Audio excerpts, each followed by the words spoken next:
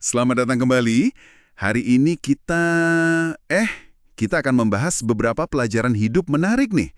Sumbernya dari obrolan antara Michelle Obama dan kakaknya, Craig Robinson di sebuah podcast. Betul sekali. Kita bakal fokus ke cerita masa kecil mereka, dinamika keluarga, terus ada filosofi pengasuhan yang unik. Dan juga bagaimana mereka belajar menghadapi rasa takut. Iya, kisah-kisah pribadi seperti ini seringkali, gimana ya, kaya banget akan inspirasi. Benar, buat Anda nih kesempatan bagus untuk dapat wawasan soal ketahanan, hubungan keluarga, ya kan? Juga soal pertumbuhan diri. Dari pengalaman nyata mereka, mari kita gali deh momen aha, apa aja yang bisa kita petik. Oke, ada satu cerita masa kecil yang menurut saya lucu sekaligus unik, soal Sinterklas. Detailnya itu loh, Craig cerita kalau Michelle, panggilannya Mitch, nemuin kotak kosong, bekas sarung tinju. Oh ya, di mana nemunya? Di kulkas tua di basement rumah mereka. Dan ini bulan Juni atau Juli. Padahal mereka baru aja dapat sarung tinju pas Natal sebelumnya. Wah, ketahuan dong ya. Langsung deh mereka mikir, Jadi orang tua kita nih Sinterklasnya. Iya, iya. Tapi yang menarik itu, mereka nggak langsung konfrontasi gitu ya? justru itu. Mereka malah bersekongkol, pura-pura nggak tahu aja, biar orang tuanya nggak kecewa. Manis sekali ya. Ini kan bukan cuma cerita lucu ya, tapi ini bisa jadi cerminan buat Anda juga tentang gimana fondasi kepercayaan, bahkan semacam kerahasiaan positif antar saudara itu bisa terbentuk sejak dini. Benar juga, modal penting dalam keluarga ya. Iya. Dan ini kayaknya nyambung banget ya ke filosofi pengasuhan ibu mereka, Marian Robinson. Betul. Yang prinsipnya kuat banget itu. Ada kutipannya yang terkenal. Saya tidak membesarkan bayi, saya membesarkan orang dewasa. Itu dia. Nah, itu maknanya apa sih kalau dalam praktek sehari-hari? Intinya sih menanamkan kemandirian, sedini mungkin anak-anak didorong buat bertanggung jawab atas pilihan mereka, tindakan mereka, belajar dari konsekuensi.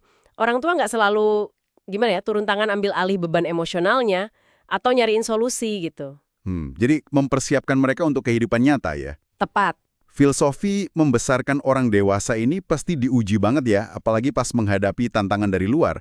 Kayak pengalaman Craig waktu umur 12 tahun itu. Agak bikin merinding juga ya ceritanya. Oh iya ya. Pengalaman yang menegangkan itu, dia dituduh mencuri sepedanya sendiri oleh polisi yang kebetulan juga berkulit hitam, hanya karena sepedanya baru terus mirip sama yang dilaporkan hilang. Dan ada detail soal twist ties itu kan? Betul. Pakai twist ties hijau putih buat merapikan kabel. Persis kayak yang biasa ibunya lakukan. Itu jadi bukti. Ya ampun, sampai dibawa pulang pakai mobil polisi segala. Iya. Bisa dibayangkan takutnya anak umur segitu. Terus reaksi ibunya gimana? Nah, disinilah filosofi tadi ketemu realita. Ibunya marah besar. Beliau bela Craig habis-habisan. Nggak tinggal diam sampai polisinya datang ke rumah minta maaf. Wow. Ini menunjukkan sisi lain dari membesarkan orang dewasa itu kan. Bukan berarti anak dibiarin sendirian hadapi ketidakadilan. Tapi, ya diberi fondasi kuat, terus dibela saat memang diperlukan. Sekaligus jadi contoh nyata soal bias dan ketakutan yang mereka hadapi. Iya, bias sistemik ya. Betul. Pengalaman semacam itu ditambah lagi kesadaran soal ketakutan yang lebih luas di komunitas kulit hitam. Misalnya ada cerita soal kerabat yang ragu mau bepergian jauh atau coba hal baru karena khawatir. Khawatir bahaya ya? Iya, itu membuat orang tua mereka secara sadar mendorong anak-anaknya, mendorong supaya nggak membiarkan rasa takut itu membatasi hidup. Diajarkan melampaui batasan itu. Persis. Dan keberanian menghadapi ketakutan ini kayaknya terus berlanjut sampai dewasa ya. Michelle kan cukup terbuka ya soal paket terapi untuk bantu dia melewati transisi besar dalam hidupnya. Betul. Kayak setelah dari Gedung Putih, atau pas anak-anaknya mulai dewasa. Termasuk juga mengatasi perasaan bersalah. Semacam, apakah saya sudah cukup berbuat baik gitu ya, mengingat posisi dan kesempatan yang dia punya. Menariknya, Craig juga merasakan hal serupa loh. Semacam survivor's guilt. Perasaan bersalah karena merasa lebih beruntung. Iya, dibanding teman-teman masa kecilnya yang mungkin nggak punya kesempatan yang sama.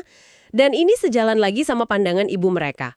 Bahwa anak-anaknya itu dasarnya nggak istimewa, tapi mereka dapat dukungan penuh untuk meraih potensi. Jadi bukan soal privilege, tapi soal dorongan ya. Betul, dorongan dan dukungan. Oke. Jadi kalau kita coba rangkum nih, ada beberapa pelajaran penting ya di sini untuk kita semua. Tentu. Pertama, jelas kekuatan ikatan saudara dan dukungan keluarga. Itu fondasinya. Solid banget. Iya, Kedua, nilai krusial menanamkan kemandirian sejak dini. Itu tadi, membesarkan anak jadi individu yang bertanggung jawab. penting banget itu.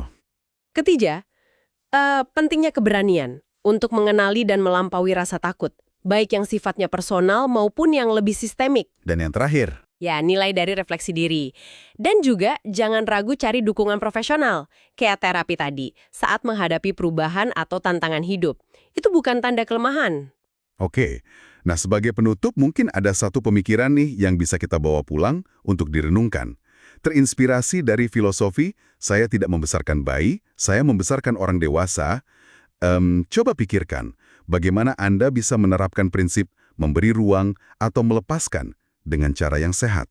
Dalam hubungan Anda sendiri ya. Iya, entah sebagai orang tua, mungkin mentor, teman, atau bahkan dalam mengelola ekspektasi ke diri sendiri, supaya Supaya individu bisa tumbuh mandiri dan tangguh ya. tepat sekali.